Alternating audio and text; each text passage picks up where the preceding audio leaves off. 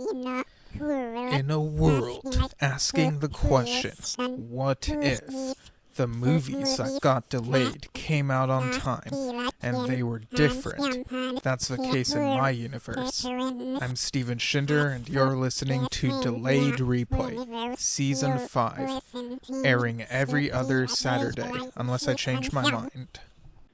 Hello, listeners. Welcome to another episode of Delayed Replay, that podcast where we recap and review movies that got delayed in that other universe but came out on time in our universe. I'm your host, Steven Shinder, and joining me for this Marvel Thunderbolts episode, it is Starrapter. How's it going? Hello, Steven. Hello, everybody out there listening to Delayed Replay. It's always a fun time to be back on the pod, chatting about the latest movies and everything else that's going around in this other dimension, if you will. So, Thunderbolts, this is a long time coming. It's definitely a movie that I think it really switches the gears for Marvel. Okay, we're not focused on the heroes, we're focused on the anti-heroes, and DC has played around with that with Suicide Squad, so it's great to see Marvel's take on this. So yeah, I'm looking forward to diving in deep on our thoughts for Thunderbolts tonight.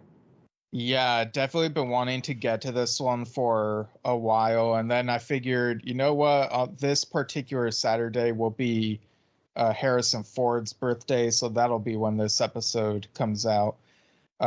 So yeah, really nice how that worked out, but you touched upon the whole Suicide Squad thing, and I just have to ask before I forget, have you heard of or watched a Suicide Squad Isekai?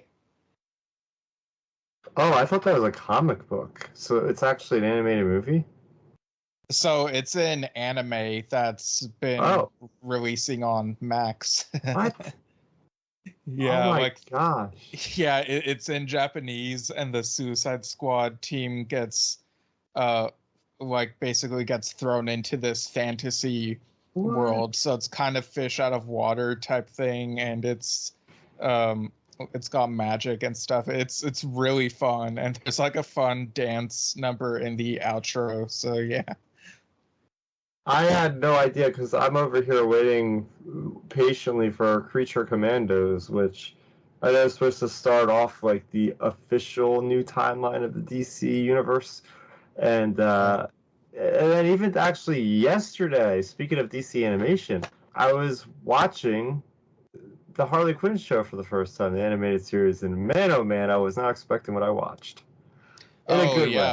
Finally, that's been out for like 4 or 5 years, something like that. I was damn near busted a gut within the first scene. I was like, okay, I didn't expect this kind of gore and this kind of strong language to be used in a DC animated little thing here, but I've bought in. So I mean, when it comes to DC, right, like we know that they usually kill it when it comes to animated things. Yeah, some of the ones don't land, but I think for the most part, their quality is something that, you know, I'd like to see Marvel do more of. I mean, we got the amazing, incredible series of X-Men 97, which I've never even watched the original, but I was hooked on 97. And, you know, so the animated realm has really been hitting its stride lately as far as, like, superheroes are concerned.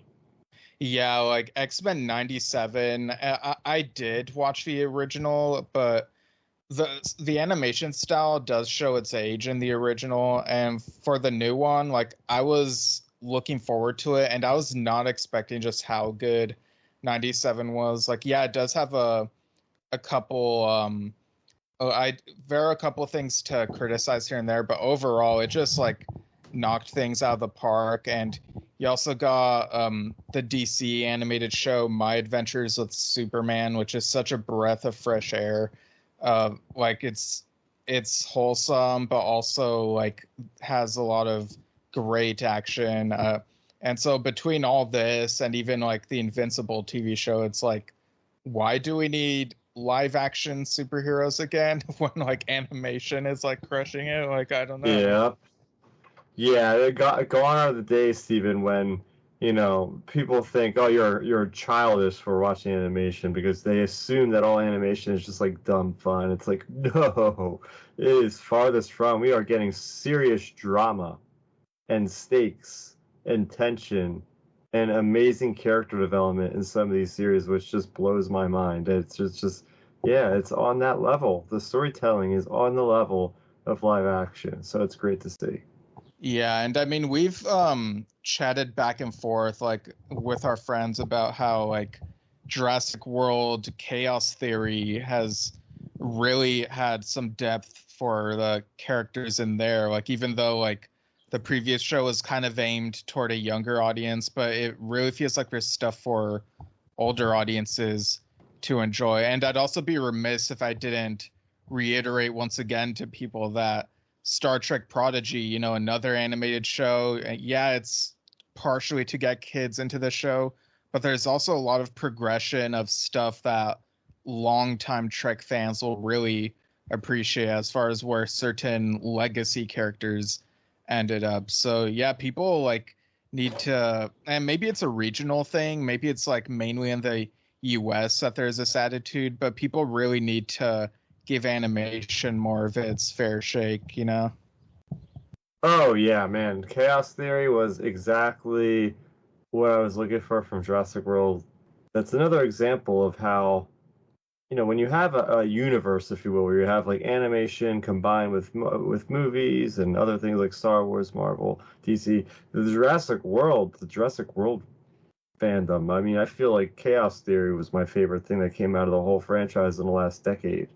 That elevates the entire property because of the storytelling for me. And it's just such great things to see is like neck and neck, live action, animation. They're just doing their job, pushing things forward. But oh man, yeah, that show is great. And good thing we don't have to wait very long for season 2, which is already around the corner apparently. Yeah, that is very fortunate. But circling back to Thunderbolts, I know we went on a little tangent there, but that sort of thing happens on the show. Um, we got obviously, like Thunderbolt Thaddeus Ross or Thaddeus Thunderbolt Ross. I got the two things mixed up. He's the president of the United States during this, and he basically forms this team of like sort of a hodgepodge of heroes and sort of anti-heroes, questionable sort of characters. And the way that they came up with the name is like during a press conference, or not press conference, but like a team meeting with like some officials meeting up with the team members. Like someone was playing a Pokemon game on their device, and they're like, he's Thunderbolt, when they're like tossing around names, and so he called this team the Thunderbolts. You gotta love when they throw in the references to us 90s kids. It's like, oh yeah, we all get that one. Pikachu, Yeah. electric type Pokemon. It's all good fun. I was not expecting that to be the origin of the Thunderbolts, but I'll take it. Yeah, and we got familiar characters like Sebastian Stan returns as Bucky, and I really like how he's in more of a leader type role in this. Not leader the villain, but like, a team leader type thing. Because I know some people were like really wanting him to be the new Captain America, but that went to Sam Wilson, and he's really good in that role. But it was nice that they threw Bucky a bone in this movie, at least in my opinion. How do you feel about how they handled Bucky?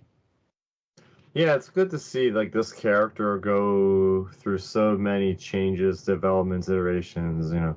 Losing the arm, like going to the War for Wakanda, Infinity War.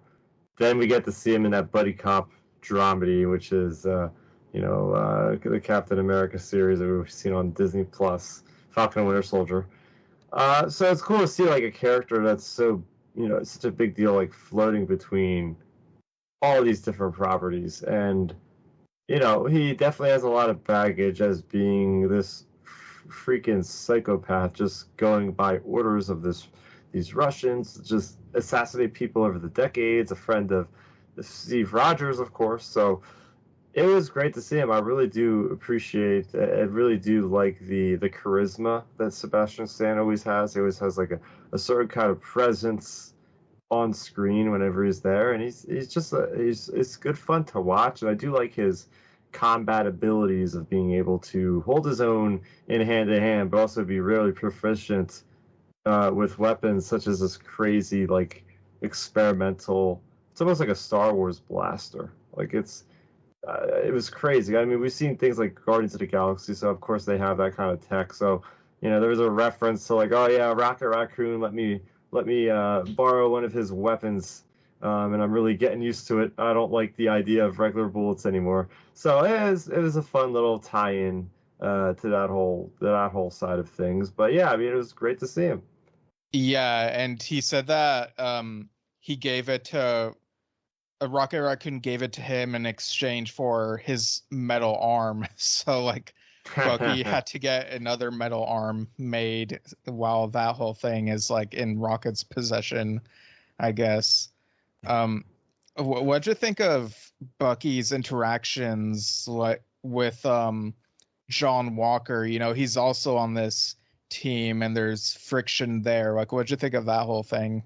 That is where I really was pleasantly surprised by this movie because if it's almost kind of like required watching of Falcon and Winter Soldier going into this, which a lot of the series, I'll be honest, haven't really had that like importance of like, oh, you have to watch everything beforehand, but like you wouldn't get what is happening with that tension that's just under the surface between those two characters if you hadn't watched that show.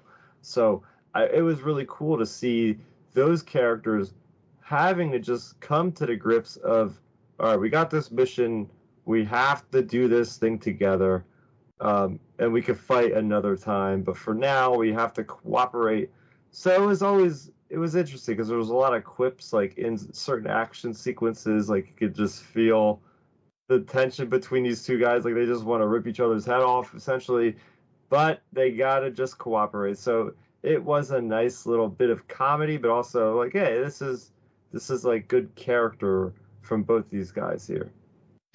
Yeah, you make a good point because if one hadn't seen like the previous stuff, like Falcon and Winter Soldier, they might not know the full extent of the friction between them. Whereas if they watch this in isolation, they might think, oh, yeah, they're just a couple grumpy guys sort of jockeying for the leadership role. And one might not feel as compelled with that sort of perception. Whereas it's a deeper meaning if they have seen the show. And I've mixed feelings. You already know this. I've mixed feelings about how connected things should be. I'm kind of at the point where I feel like, and the fans of the MCU, they all want different things. Some want things more connected, some want things less connected.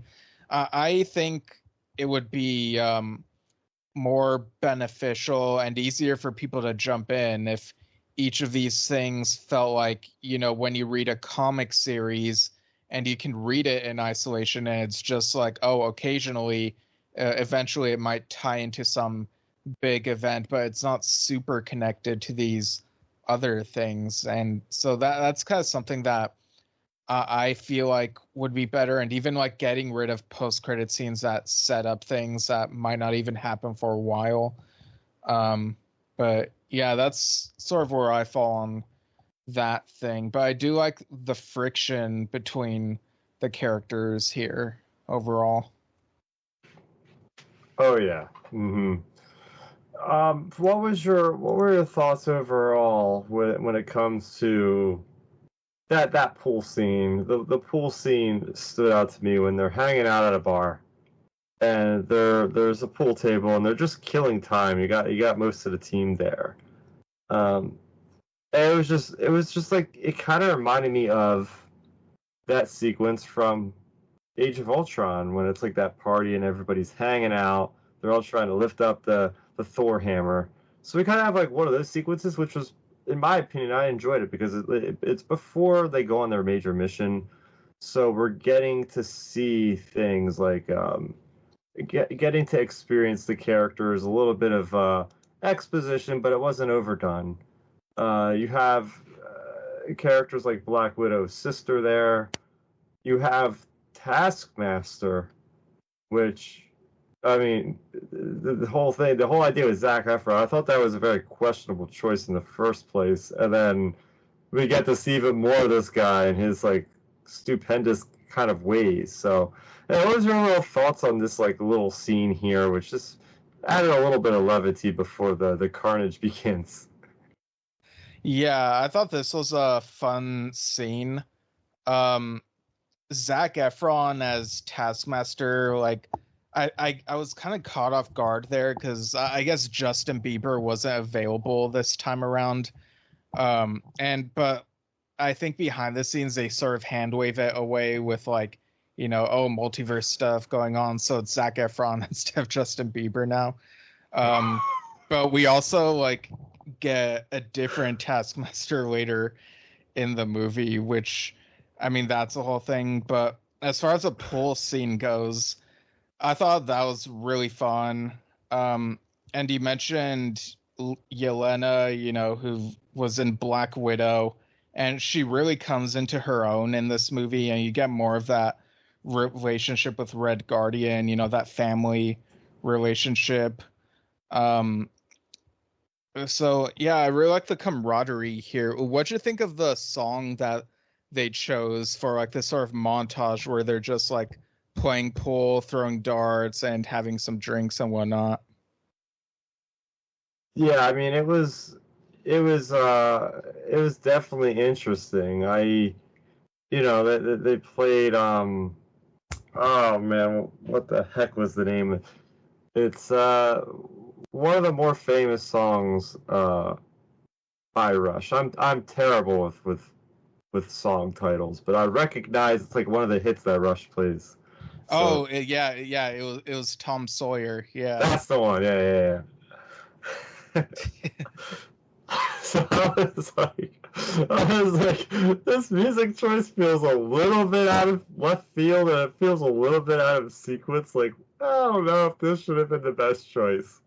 And that's like that's like one of the many gripes I have with the movie. Like the movie overall, without getting too far ahead of myself, like there were moments like this throughout the movie where I'm like, if I were in charge, I would have done something a little different here.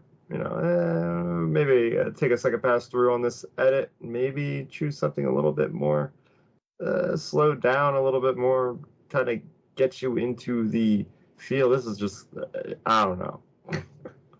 Yeah, I thought the song was fine, but it is overused in various things.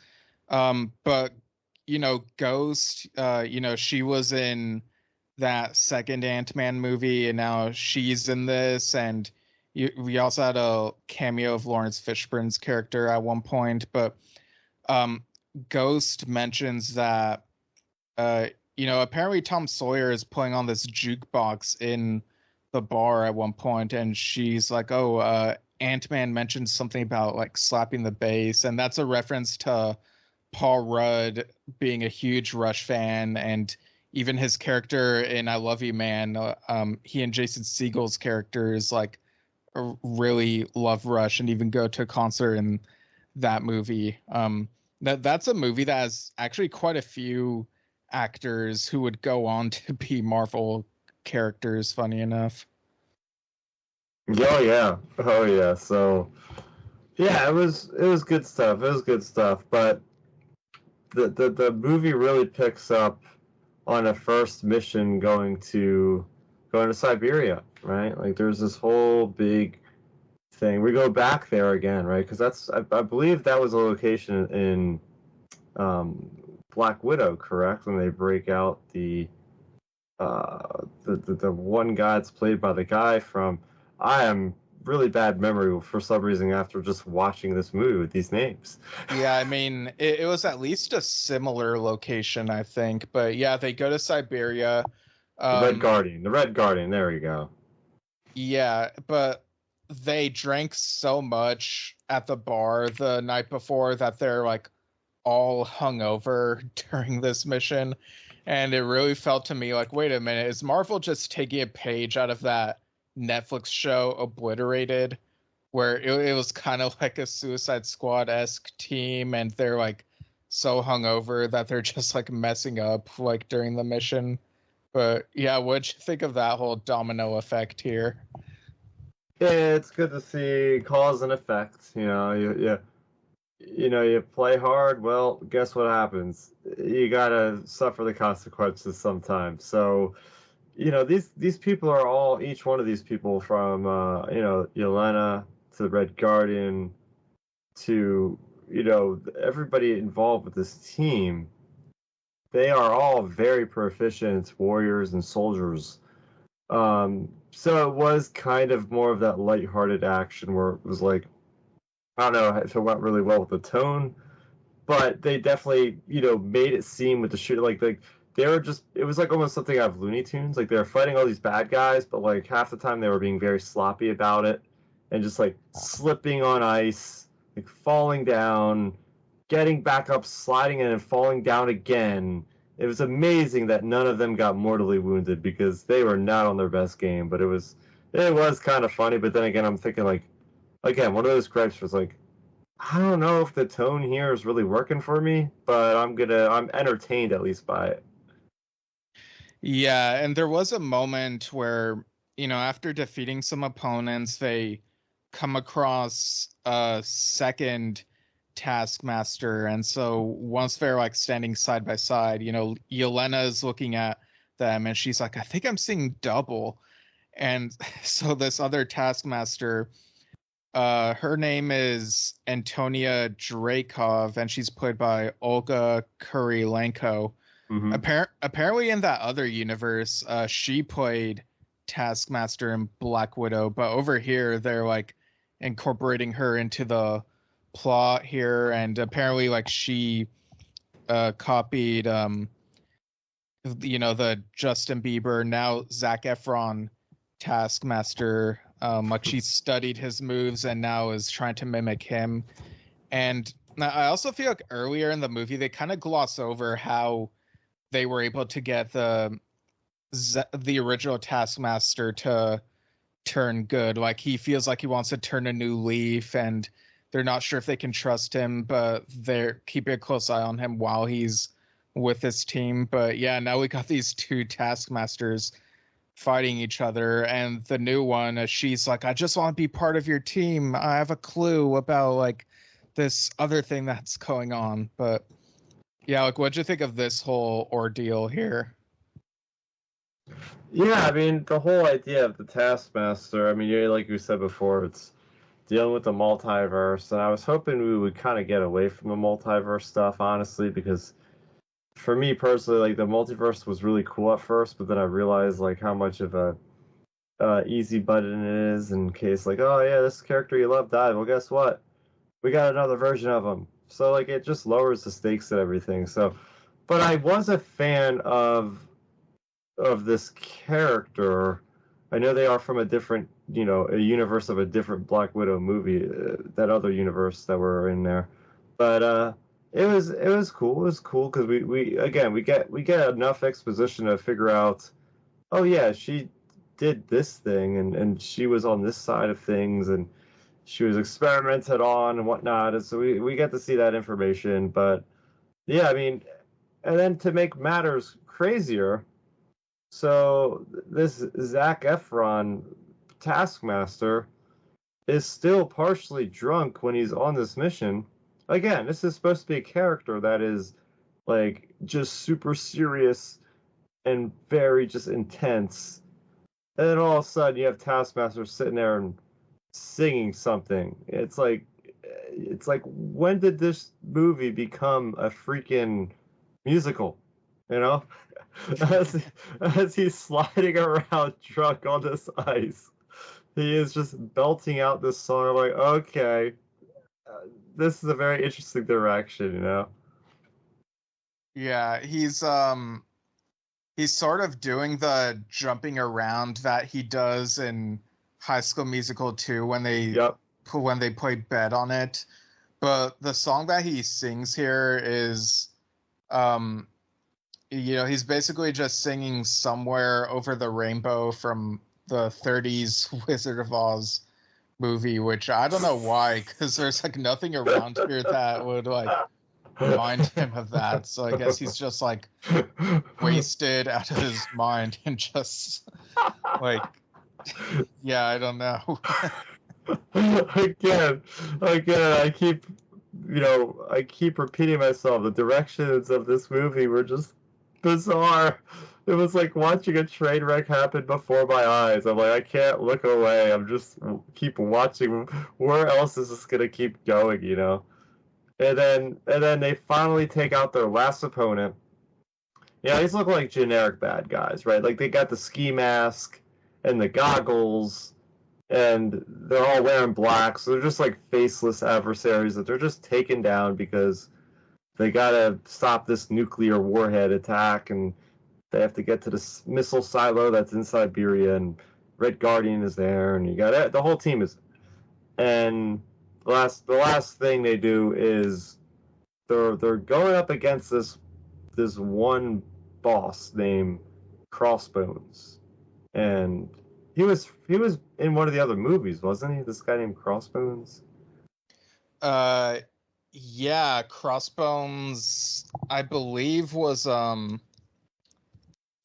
basically obliterated in Civil War, and that was like what jumpstarted the whole thing. So this was a Crossbones from a different universe. Yeah, okay. Yeah, what'd you think of the actor they got to play him here? Yeah, I mean, it was again the interesting choices. They picked another actor from the MCU. I'm like, wait, why would they pick Ryan Reynolds to play this character? I mean, isn't that could confuse the audience? Like, this guy's already playing Deadpool. Like, why would they give this actor such a throwaway like character appearance? It just, I know they like dyed his hair black and made the hair longer and slicked back and stuff, but like, you can't try to fool me. Like, this doesn't look like another version of Deadpool by a certain degree. So it was interesting because Red Guardian ends up slamming him and breaking his spine. And then it was just like, they wasted him for this? Like, okay. Yeah, and like you said, the hair, they made it dark and long, but it looks so artificial and it doesn't look right on Ryan, so it's like, I feel like you guys could have tried harder here. But yeah, they like break his spine, and like I mentioned before, the new Taskmaster was able to lead them to him, and they also have like another clue about like this other person that they have to look for who goes by the name Sentry. So yeah, that's like a whole other thing going on here. Like, you got this nuclear weapon they're trying to stop, and you got this Crossbones, and like I thought that they were like done with multiverse stuff, at least up until Secret Wars. Like, I thought they were taking a little break from that stuff. Brave New World didn't really have any of that, but I guess they couldn't wait like more than half a year or whatever to bring it back into these movies. Yeah, it was definitely a choice. Definitely a choice, which is what I've constantly been saying. And then they're on their way to the next mission, and they're like, "Oh, we're going, in our super fast jet, the Quinjet. Oh, it's gonna take us, from Siberia over the United States to the what is it called? The Death Valley, in California." They're like, "Oh, we're gonna be stopping over kind of Coney Island. Do you guys want to stop and get some corn dogs?" This is literally what Red Guardian says. Of course, this guy is asking to just make a pit stop at Coney Island, of all places, to get a corn dog from the famous Nathan's. So they literally just do the sidestep of the story in the middle of the action, just like take a break. It's like, here's a commercial break, audience, here you go. And it's just like, it's just watch these guys just joking around, and then they go and they play a couple arcade games, and they're like, oh, we should really get back to this crucial mission that Thunderbolt Ross has given us. And I was like, all right, what's going on here? Yeah, and on the jet ride to Death Valley, or from Siberia or whatever, John Walker does sort of throw up, but off screen, thankfully. But yeah, because of the delayed effects of drinking the previous night. But yeah, I guess by the time of this detour where they're in Coney Island and just hanging out, like I guess it's to get to know the team a little bit more. But I feel like a lot of that was already accomplished with the bar scene. But like you said, this is kind of uh it's not too long of a movie, but I guess maybe they threw this in there so people could be so they could be like, okay, audience, if you all go use the restroom, like now's the time, like just this throwaway scene. Yeah, Um, it literally felt like a commercial for Nathan's Hot Dogs yeah. and Pepsi. Like the product placement was just all over the place, and it's am I watching a commercial or is this part of the movie kind of thing? So that Oh was. no, yeah, like there were claw machines with like One Piece plushies in that. And it's like, what's going on here? It's like, wait a minute, since when has Disney owned One Piece? What, is that a thing? Like, I was like, okay. Yeah, no, I think they just know that it's popular, and so they're like, oh, let's do this type thing and like licensing and whatnot. So yeah, I don't know. Yes, Um, but they finally get to Death Valley, the desert, and that's where it begins. This last battle, and what did you think about this villain that was pulling the strings, right? Like you take down Crossbones, and he says something like in Siberia, he says something like, "It was a wrong idea to come here. Once my master figures out what's going on here, you'll regret it." What did you think about this hidden master that was revealed at the end of this movie? yeah, and like when he said master, like the team was like questioning him, like, master, isn't that over dramatic and whatnot? But yeah, like it did turn out to be Sentry, played by Lewis Pullman, who I guess is kind of a super soldier here. So kind of giving uh kind of gives someone like Captain America, like Steve Rogers, I should say. He would give Steve Rogers a run for his money with like all of his abilities that he's able to do. But yeah, it feels like I'm not sure about his characterization in this because it sounds like he just wants to be like super strong and he thinks that the rest of the world is weak. Like it got a little too mustache twirly villainy here, in my opinion. Again, when it comes to villains, they gotta make us believe and care that they think what they're doing is the right thing. And Thunderbolts does not accomplish this. There's really nothing I can grip on with this character, Sentry, to be like, okay, I can see why he's doing that. There's a lot of villains in Marvel over the years, unfortunately, that just fall flat, and I have to say this guy does. I just don't understand what he was trying to do with the nuclear weapons that were stashed all over the world. Obviously, he wants to destroy people, but why?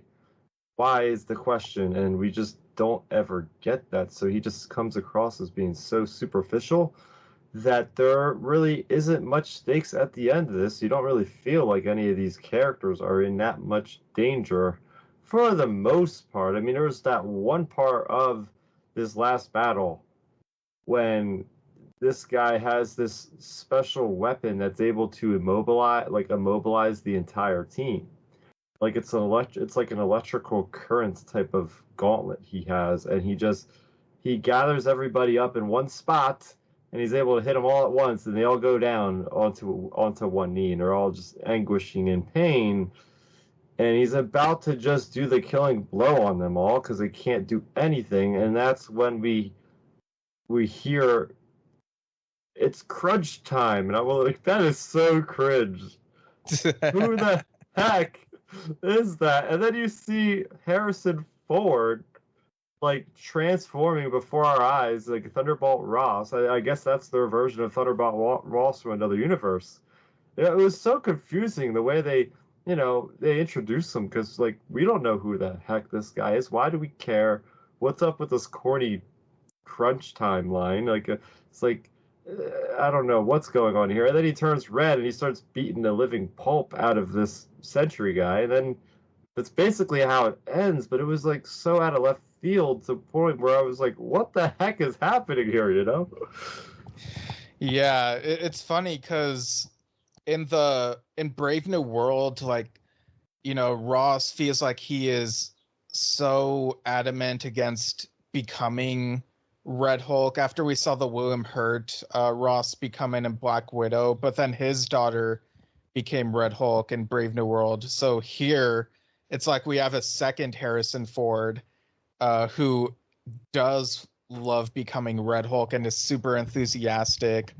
And so to hear him say it's crunch time and just like, yeah, it's clobbering time, I'll tell you that. Like it felt very discount, like the Things catchphrase basically. But yeah, he beats up Sentry, does the sort of ragdoll throw around thing that was done with Loki back in 2012. And yeah, what I really dislike about the multiverse stuff in these movies is that, some people are like, well, I was disappointed in how Sentry was depicted here, but oh, maybe it's a version from a different universe and we haven't seen the real one yet or whatever. And it's like I'm really tired of that being used as a crutch of like, oh, if we do it wrong here, we'll just use a multiverse to bring a better version or whatever, you know? Yeah, I know. Yeah, there's a time and place for this, and it's all about the execution, and the execution was poorly done.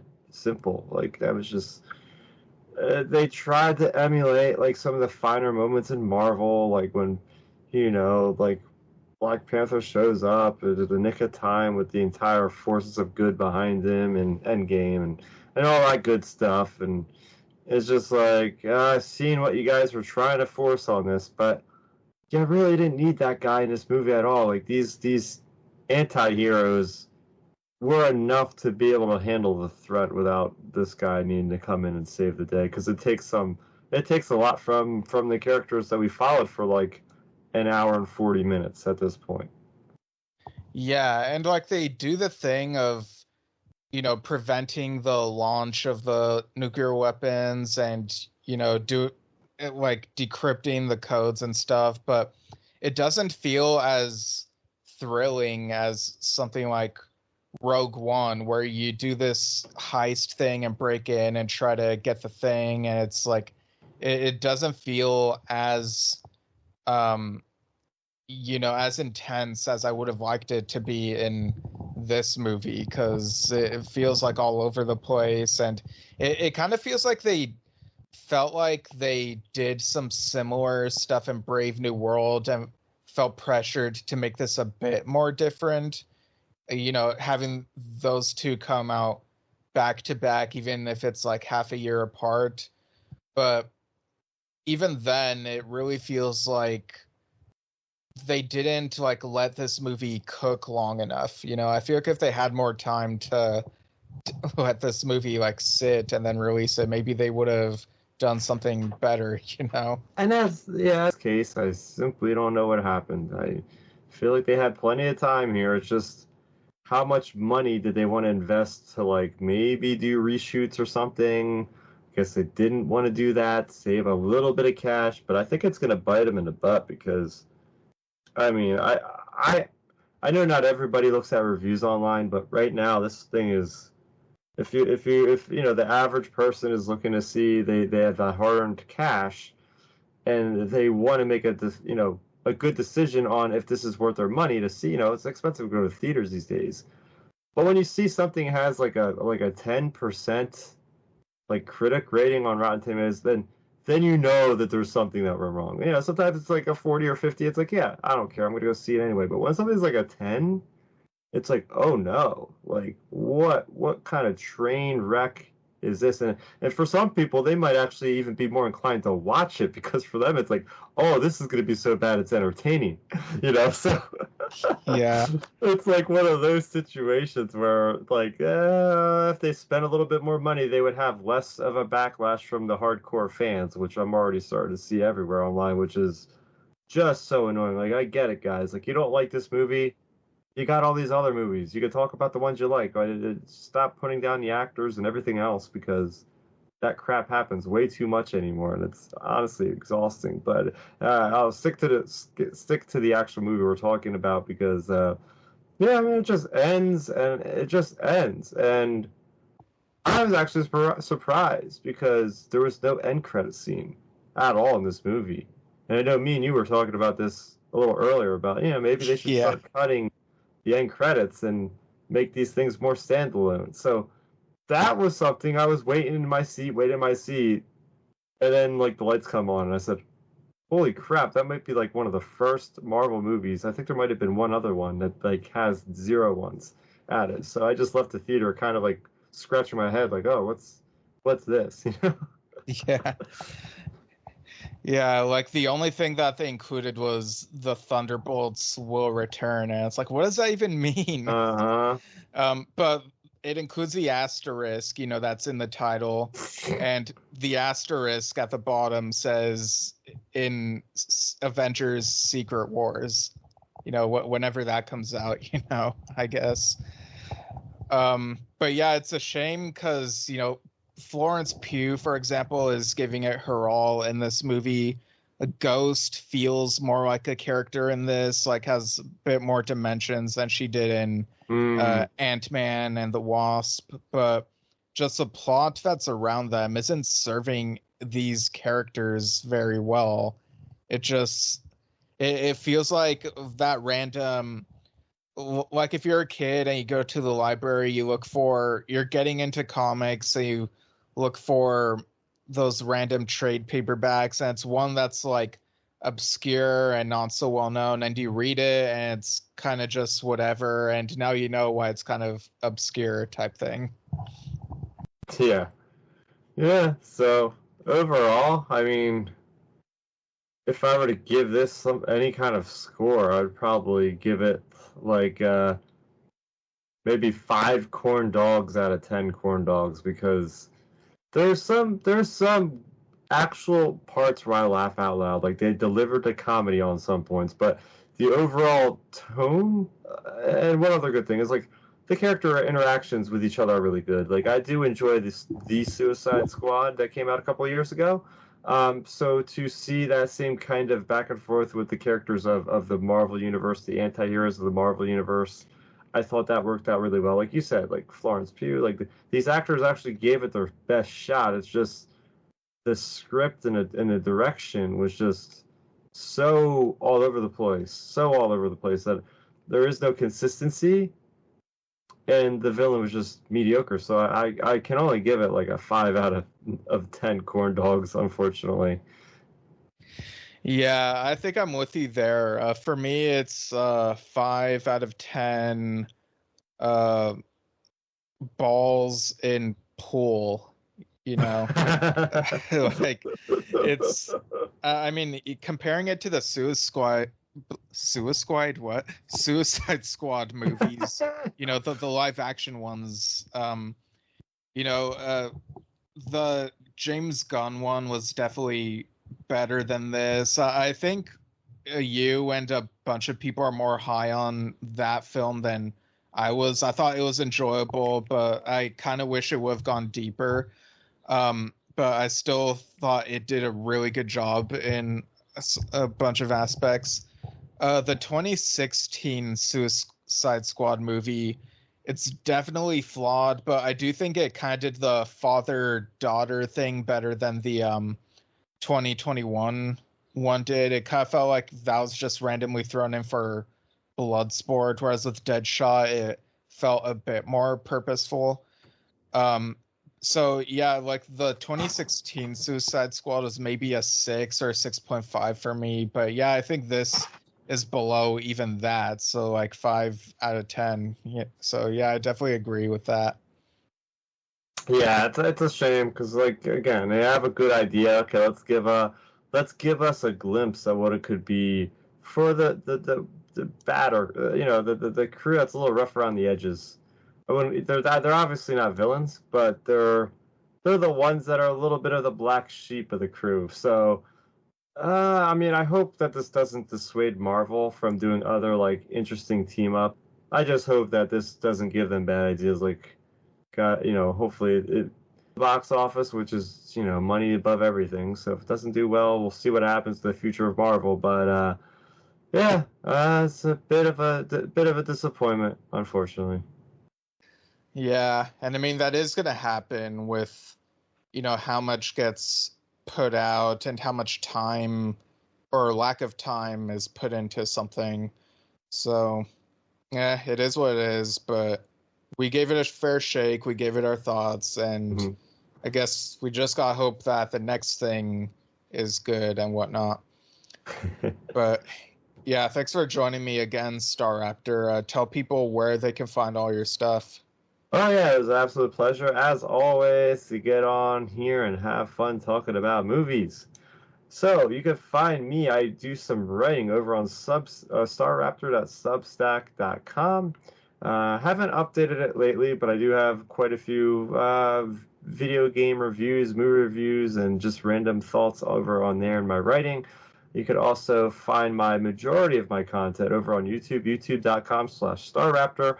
That is where I put my Star Wars content. I basically just do Star Wars there right now. So the Acolyte and other things, I'm talking about it every week, comic books. And finally, if you want to hear my quick thoughts on anything, go look for me on Twitter. That's where I'm just posting things about video games and Star Wars and some Marvel things and some skateboarding things and all that. So you can find me over there at Starraptor.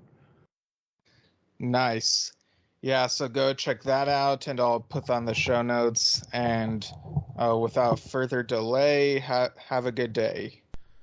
All right, so this podcast will be back again in 2 weeks. And you can email delayedreplaypodcast@gmail.com. Let us know your thoughts on Pokemon. I don't know. You can also follow me at Steven Shinder, Instagram, Twitter /X, whatever it's called in your universe.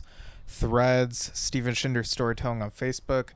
StevenShinder.com for info on my standalones and stepping stones novels. And you can also find me on Yesshift, which I do with my dad. We actually recently celebrated our 3rd anniversary of that podcast and also had our first guest of our 4th year. So go ahead and check that out. Lots of great stuff. And on Drum Talk TV as well. And yeah, find me on Letterboxd, Goodreads, and my other self will be here in a sec to talk about some other things. So without further delay, here's my other self. Hey everyone, this is Steven from that other universe where things got delayed, but the weather is pretty much the same. Air conditioner on and all. But yeah, pretty apt topic for this one. So the day before this Thunderbolts episode goes out, over in my universe, we finally got the trailer for Captain America Brave New World. And I thought the editing in this one was somewhat interesting. I'm not really sure that I know all that's going on in this, but we got our first glimpse of Harrison Ford as Ross, Thaddeus Ross, who is now the president, apparently. I'm sure they'll have some joke where they're like, "You look different." It's like, "Oh, I shaved off the mustache," something silly like that. But yeah, it'll be interesting to see how he does the role, which he's inherited from the late William Hurt. And there's some Red Hulk speculation. The poster itself has the Captain America shield and what looks like the Red Hulk's fingers around it. Weirdly, when I saw that, my first thought was, oh yeah, right, they're circling back to the giant hand thing from Eternals that was kind of left dangling. But then I noticed the color and I was like, oh yeah, it's Red Hulk, duh. And I saw a post where someone initially thought it like represented Red Skull in a symbolic way, but I'm glad we're finally seeing Sam Wilson as Captain America for a full feature film. A Captain America who can fly, and of course, a black Captain America. So this is a huge step, and I like how the trailer makes a point that, he's not Steve Rogers, but he doesn't have to be. So I think he'll make a name for himself and redefine what it means to be Captain America in this. I know that there is some other casting stuff that might be contentious for people, so it's a tricky situation. So some of that, like, I'm not really sure, but I do think this trailer did sort of reignite the spark for some people who've been skeptical about Marvel, but of course there are other issues, and fair enough, but also some other sillier things that people take contention with, and it is what it is. I don't have all the answers, and yeah, the Deadpool and Wolverine movie is just a couple weeks away, I think. People have been hating on how it looks, but it's not the finished product, so I don't know. And like, Hugh Jackman has been making it clear that he was not dragged back into this. He really wanted to do it. So I'm very curious about the film, even if I'm weirdly not as excited for it right now as I thought I would be by this point. I don't know if some of it is just the annoying things that fandom has been saying, but let the film speak for itself, I guess. And yeah, so that's all I have to say about that. And My Adventures of Superman, excellent animated series, is almost finished with its second season. I'm really enjoying how the characters are. It's wholesome and it's got great action. Let's see, what else have I been watching? Well, speaking of Deadpool and Ryan Reynolds, I did watch If this week. Dropped on Paramount Plus, the movie about imaginary friends coming to life. Weirdly, everyone's made the comparisons to Foster Some for Imaginary Friends. I also kind of thought of the show Happy as a comparison. But yeah, I thought the movie was just okay at best. It's kind of just there. I don't know if there's a whole lot that I'll remember from it, like, in a while. But yeah, it's kind of just there. I also watched Problemista on Max, and I thought it was decent and enjoyable, although I think other people are more high on it than I am, but I think it's still worth watching.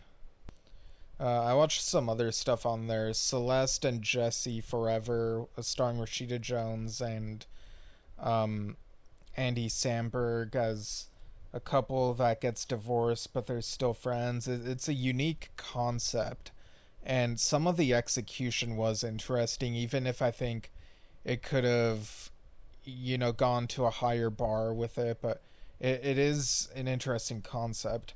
I finally got around to watching the film Lady Bird, and without spoiling, the ending of that film has really stuck with me because of the whole mother-daughter relationship. And yeah, I know I'm really late to the party with that film. Let's see, what else have I watched? Space Cadet, I thought was, yeah, that had a ridiculous premise that shouldn't have gone as far as it did, so it's meh. It's, yeah.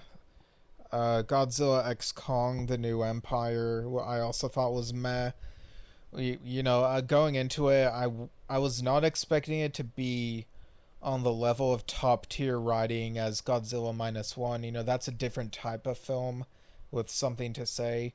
But I was really surprised that I didn't think Godzilla X Kong was at least average. I thought it was mediocre. The visual effects, yeah, for the creatures look good, but sometimes the background would look blurry and like very briefly, and I don't know what they were doing, but the plot itself and the characters, I just didn't care that much about, and I think that because I think there's a disconnect because the effects look so good, comparable to the recent Planet of the Apes films, for example, or something like the Lord of the Rings trilogy. Because the effects look so good, I think my brain expects something better, like a better story, whether it be more thought provoking or more entertaining, and I just didn't feel that way with this. I kind of wonder if I would have felt differently and maybe enjoyed it a bit more if it had been, a stop motion film or something, something in the vein of some of those older giant monster movies. But I have gradually been, backtracking, exploring the Godzilla filmography. I got around to watching the second Godzilla film, Godzilla Raids Again. I thought it was okay, definitely not as strong as the first film. And I also watched Godzilla Millennium, which came out 25 years ago and was made, I think, in response to the 1998 American Godzilla reboot or whatever you want to call it. And it wasn't, Godzilla Millennium. I watched the dub version because that's what was easily available. I watched Godzilla Raids Again in Japanese, but Millennium, I thought sometimes looked good, other times not so much, and the dialogue sometimes wasn't great.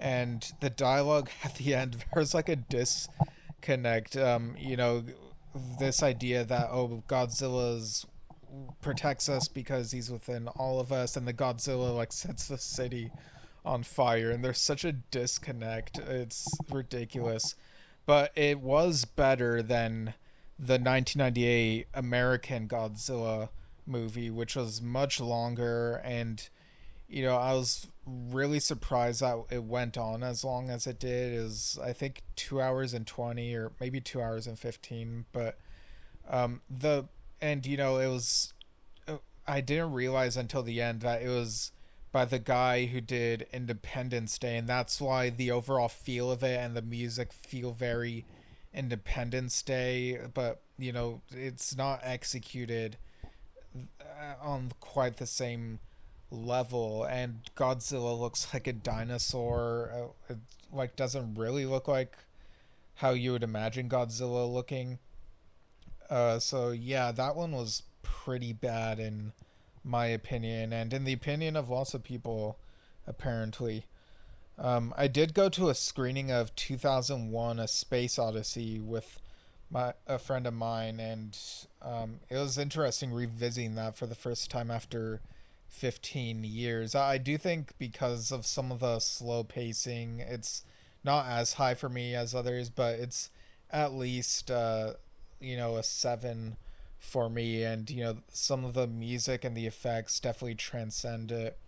I did watch Beverly Hills Cop Axel F, the fourth film of the Beverly Hills Cop series. Now the older ones are not really all that enjoyable to me, but this fourth one, like, it really, like, for whatever reason, it spoke to me. And I don't know if part of it is because of the father-daughter relationship, like if that made it a bit more compelling to watch.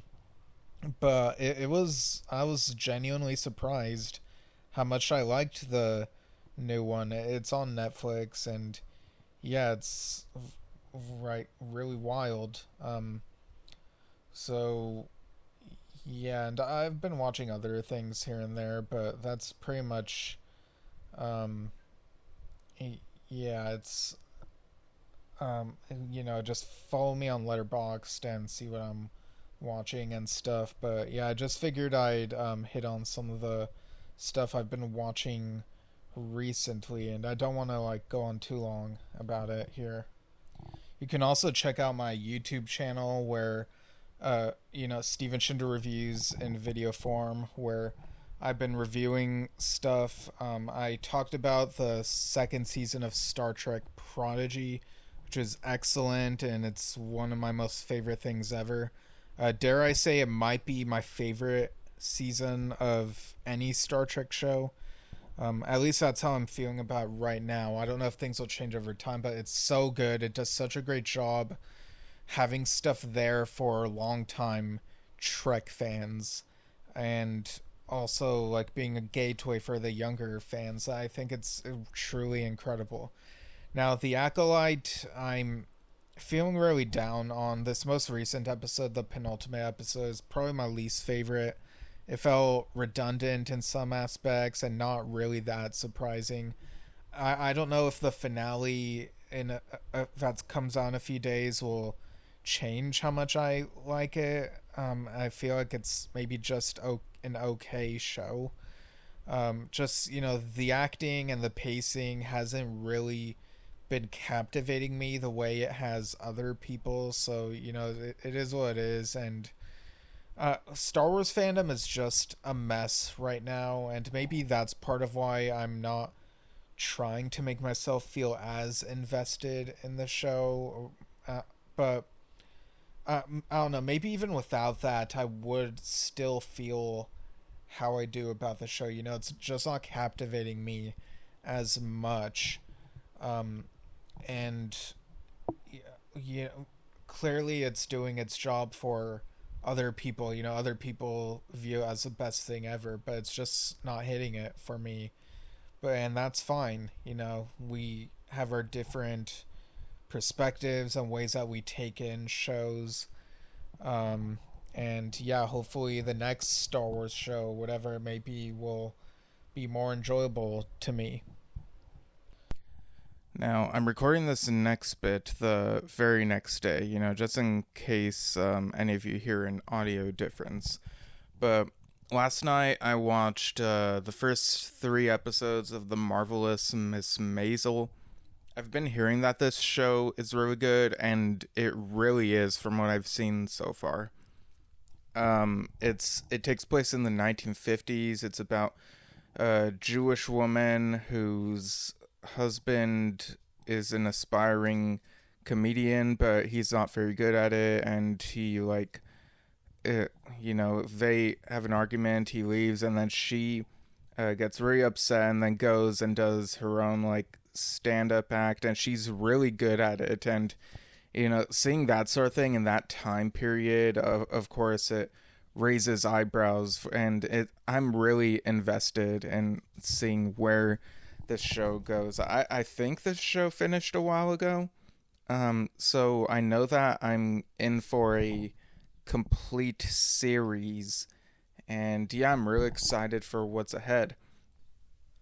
There was also a movie I saw earlier this week with I guess a similar premise, but it's from the 80s. It starts Sally Field. It's called Punchline, and basically Sally Field is trying to be a stand-up comedian, even going as far as to buy jokes. She's having a hard time breaking in, but she sees that Tom Hanks is his comedian character is doing really well with audiences. It kind of gets advice from him, and he seems like he has a tough exterior on the outside, but there's more to him, and it really captures how deep down, funny people are actually suffering a lot on the inside for various reasons. But Sally Field is also, she's a housewife, homemaker, whatever you want to say. She's married to John Goodman. They have daughters, and her husband is like not. He doesn't like how much she's investing in this comedian, aspirations. But ultimately, like, the movie is so good, like the trajectory that it takes. I wish that more people would talk about it. I was really surprised how much I enjoyed it. And Sally Field, she does end up doing good delivery, and her character is funny. It's so good. But something I remembered this week is another movie announcement. We got the release date for Shrek 5, so July 1st, 2026. And apparently it'll come out the same summer as Toy Story 5, I think a couple weeks after. And the general consensus, and which I kind of agree with, is that people seem more excited about Shrek 5 than about Toy Story 5. And I really think part of that is, the strength of the most recent film. For the Shrek world, technically Puss in Boots: The Last Wish was the most recent installment, and that, in my opinion, is an animated masterpiece. Not just in terms of how great I don't know if you can hear my dog, but not just in terms of how great the animation looks, but in terms of the existential story that it tells. And so that's where we set the bar high. Whereas with Toy Story, people say Toy Story 3 is where it should have ended, and it was a perfect ending, but Toy Story 4 was a surprisingly, really emotional, heartwarming epilogue as far as Woody's story was concerned, and it made me cry a bit. I do think, though, that Buzz seemed sillier, not very smart in the fourth film. So that's a flaw that kind of stands out for me. And of course, there's also the Lightyear movie, which I thought was fine, but really fell apart for me in the third act with the twist that they went with. And I really think Lightyear would have worked better if the premise was that it's a movie that not a movie that Andy saw in the 90s, but a movie that an adult Andy took his kid to see, and maybe have some message about how, well, franchises may change, but the time we spend with the kids watching these other versions is what really matters, or something like that. Like a father and child type message. Like, I don't know. And I also, personally, I never disliked the third and fourth Shrek movies. I don't know why they catch so much flack. I watched them somewhat recently over the past year, and they still hit for me. So I kind of wonder if there will be a reevaluation of those films as the release of Shrek 5 approaches. Now, as for the villain, I know people have been saying that because Steamboat Willie Mickey is in public domain, maybe he should be the villain, or maybe I guess he could even have like the original Winnie the Pooh since he's public domain. But I don't know if I'd want them to be full blown villains. Maybe a cameo or two, because yeah, I don't know. The original Shrek was built on spiting Disney, like if you know the whole background of that, but I feel like the franchise has kind of grown beyond that. So I'm very curious to see where this could go. Yeah, and I wonder if, King Arthur from the third movie could be back, still ruling far, far away. I wouldn't want them to retcon the third and fourth films away, but since it's Shrek 5, I believe that they wouldn't, acknowledging the numbering and such. But I think the announcement that really, there were a couple of them that really piqued my interest, off the charts. So over in Doctor Who, there are these audio dramas from Big Finish that have been coming out over the years. And last year, for the 60th anniversary, there was a series called Once and Future, which had the Doctor degenerating and becoming different incarnations. So you had some of the Doctor actors from the TV show, like they each got an audio release part of that series, and it was really an excellent series. And the coda for that series is finally coming out in November, Once and Future Coda, and we finally know that it features the fugitive doctor and the war doctor, a younger war doctor played by Jonathan Carley, who's been doing the War Doctor Begins series, because of course John Hurt passed away a while back, after he did a few audio box sets. But yeah, Joe Martin is returning as the fugitive doctor, and of course she also has her own Fugitive Doctor Adventures audio releases coming next year.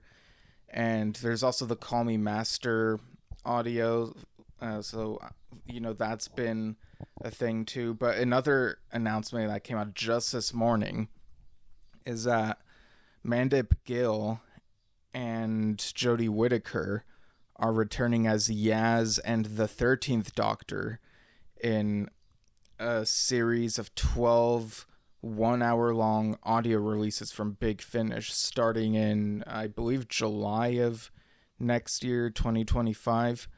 So yeah, that, fans of Chibnall era Doctor Who are winning. They're eating good over the next couple years, and yeah, I'm just really excited about that. And I don't know what else to say, but it's funny, I saw a post a while back where someone was like, a doctor shouldn't return via Big Finish until after their immediate successor has left the TV show. And I mean, technically, Jodie's successor was David Tennant. It was just for 3 specials, but yeah, he left, and it's Ncuti Gatwa now. And yeah, technically that post did come to fruition, I guess. But yeah, very excited for Doctor Who and the future of it in TV and in audio. It's great to be a Doctor Who fan. So yeah, I don't know what else to say. But yeah, I think that's it for now. And yeah, this podcast will be back in 2 weeks talking about something else. And without further delay, have a good day.